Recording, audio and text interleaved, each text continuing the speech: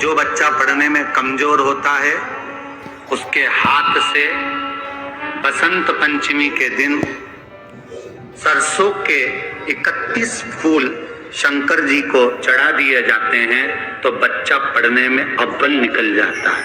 उसके बच्चे को कभी नहीं कह सकते कि पढ़ने बैठ, वो खुद बैठेगा। केवल आज बसंत पंचमी का दिन, एक ही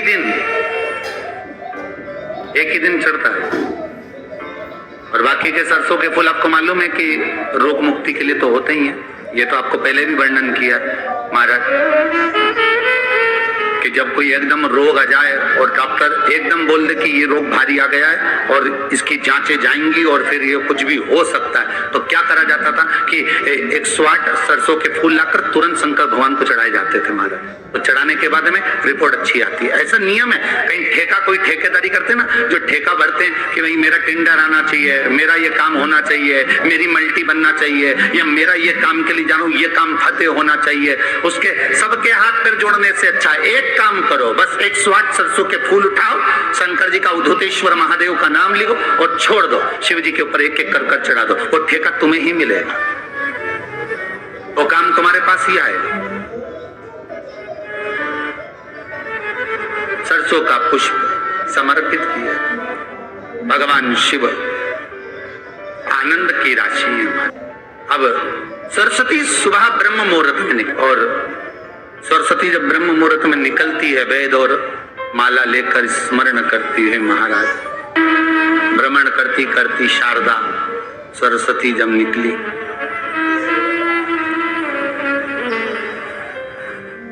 शिव महापुराण की कथा कहती है और गर्ग संहिता कहती है जैसे जैसे सूर्य का प्रकाश तीव्र होते चले जाता है, सरस्वती उस प्रकाश में आनंद बिखरती हुई वीणा के स्वर देती हुई माता सरस्वती गाती गाती पितरों के समय से पहले ही आलोक हो जाती, आलोक हो जाती। जैसे ब्रह्मा जी की धर्म पत्नी सावित्री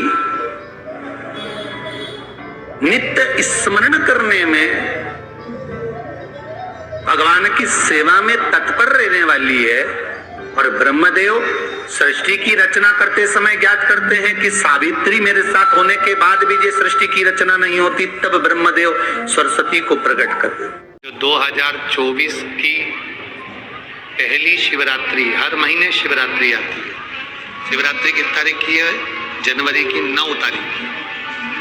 तो ये जलाधारी के ऊपर से जो बूंद बूंद पानी नीचे गिर रहा है, ये जलाधारी, ये जहां से जल नीचे बहता है वो स्थान,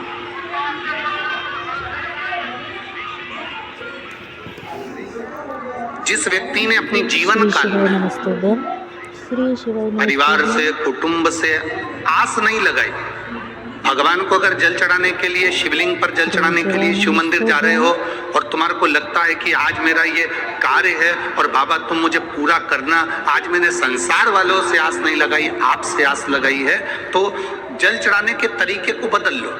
हाथ में जो जल है उस जल को, यहाँ जो अशोक सुंदरी का स्थान है, यहाँ से जल चढ़ाते चढ़ाते शिवलिंग पर पूरा जल समर्पित कर दो। 1 या 2 बार कर कर देखना, आपको दुनिया से आस लगाने की जरूरत नहीं पड़ेगी, बाबा आपका कार्य सफल जरूर करेगा। थोड़ा सा तरीका चेंज, जल चढ़ा अशोक सुंदरी से चालू करोगे, शिवलिंग तक लेकर जाओ। अशोक सुंदरी से ये जो जलाधारी जल बहता है, यहाँ से चालू कर कर शिवलिंग तक उस जल को लेकर जाओ। जब हम भगवान देवाधिदेव महादेव को जल चढ़ाते हैं, उसके 5 अलग अलग तरीके हैं। बहुत सावधानी से सुनना कथा, आपकी और हमारी जिंदगी की सार्थकता को सिद्ध करने वाली कथा।